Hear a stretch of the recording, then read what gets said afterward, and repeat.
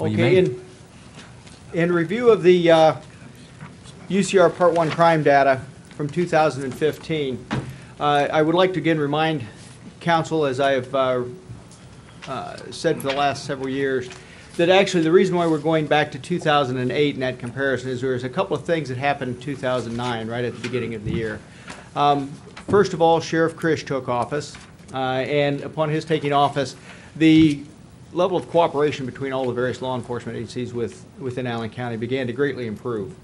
In addition to that is also when the Lima Police Department began implementing our strategy of high visibility, proactive patrols in our highest crime neighborhoods, which is also maybe a better way of saying that is simply saying that it's putting our resources where they were in fact most needed.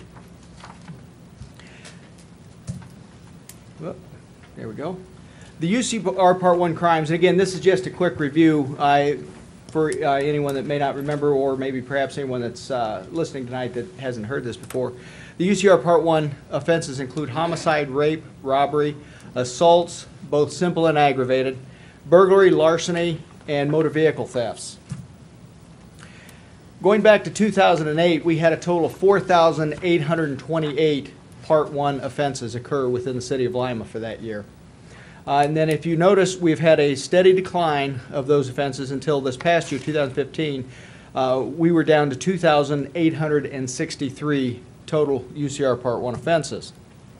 If you want to look at percentages, and that's one of those things I like to look at numbers in different ways, and so looking at the percentages, again, you can see how from year to year, each year, we've had steady decreases, with the exception of looking at 2010 to 2011, when we had a very slight increase, less than 1%.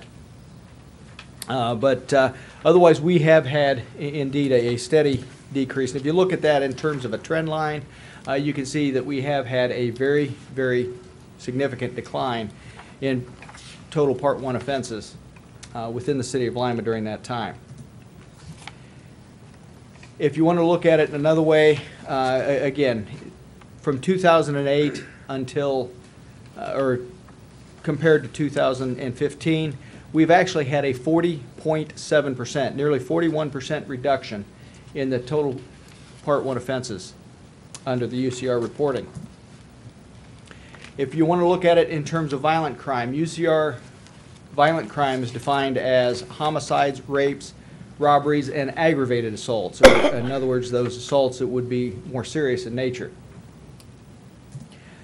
And we had a total of 495 violent offenses in 2008, with a 30.1% reduction as compared to 2015, so that we had 346 total offenses. In other words, we had 149 fewer people that were victimized by violent crime. You know, again, I like to look at pictures as well as manipulate numbers, so here's just another way of looking at that. In the dark blue column, that is comparing our violent crime offenses for those years, and the lighter blue columns are comparing our total crime, our total UCR Part 1 crimes for those years. Now, what is it really all about? And this is where it really gets to the crux of the matter, because if we talk about numbers simply for numbers' sake, that does nothing. What we are really looking at, though, is we are using this as a measure of whether or not we're being effective in our delivery of police services.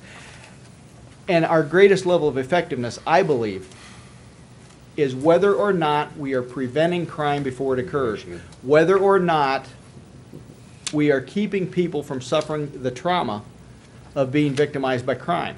Also, whether or not we are keeping people from being afraid of crime. The picture that I've got in this frame here is actually, I think, a very significant one. It was from just at the end of last year, 2015.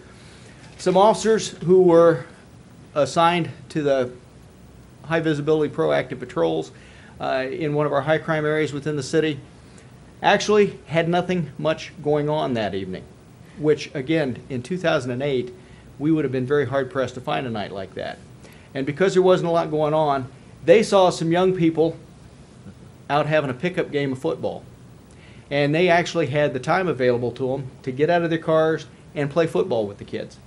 And that's very significant for a few different reasons. Again, one is very significant in the fact that they had an evening second shift hours, which are statistically our busiest hours of all. They had the time to get out of their car and play football with kids. Secondly, they were able to interact with those kids in a positive way that allowed them to hopefully be a good influence, a good positive role model on those young people, which may help to keep those young people from going astray later in life. Maybe even a few of them might say, you know what, being a police officer ain't so bad, and they may end up working for our department in the future when they're old enough. And so that interaction is going to pay long-term dividends, which I think are going to be even far more important than the shorter-term numbers I've spoken about tonight. But I thought it was very important for City Council to have a good understanding of what the crime picture does look like in Lima. And I will tell you that with those numbers that I mentioned, as much of a reduction as we've seen, we're still not satisfied with what we have happening. Because there were still over 2,800 people who had to suffer the trauma of crime. So we want to keep those numbers coming down even more. And I do believe that with the resources that City Council has given us to begin or to get our neighborhood policing efforts into full swing, I think that's just going to help to keep those numbers coming down even more.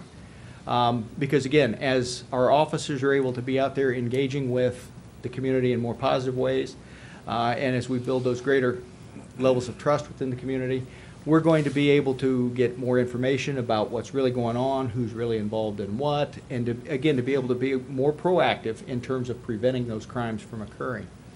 And so, again, at this time, I'll be happy to answer any questions, but I hope that City Council is, in fact, as pleased with the trend that we're seeing to continue as what I am and as what other members of the police department are.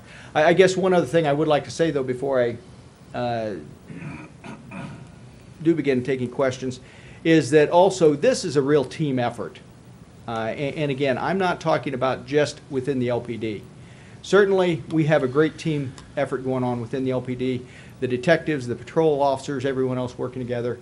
I can tell you right now that with the recent uptick that we've seen in firearm assaults just since January 1, we have our detectives and our patrol working together to try to look for any common factors, and again, looking for any of those indicators as to where they can go to keep the next shooting from occurring, not just responding to the one that happens tonight, but to keep that one from happening, hopefully. And they're working very, very well as a team together in that way. But this is also a team effort from the community. And again, we are having more and more partners stepping up from the community. Individuals who are willing to step up and give us information, who are willing to testify if necessary when crimes occur. We're getting businesses and other organizations throughout the city that are willing to get involved in different ways. Bradfield Center, as hopefully the legislation will be approved in just a little bit, but they're stepping up to offer us the space to open up the substation at their location. Those are all things that I think show that even though we're doing better, we still have much more that we can do and will do with the community's continued help and with the continued help of everyone who cares about this community, which I believe is the overwhelming majority of people who live in our community. So with that, if there are any questions.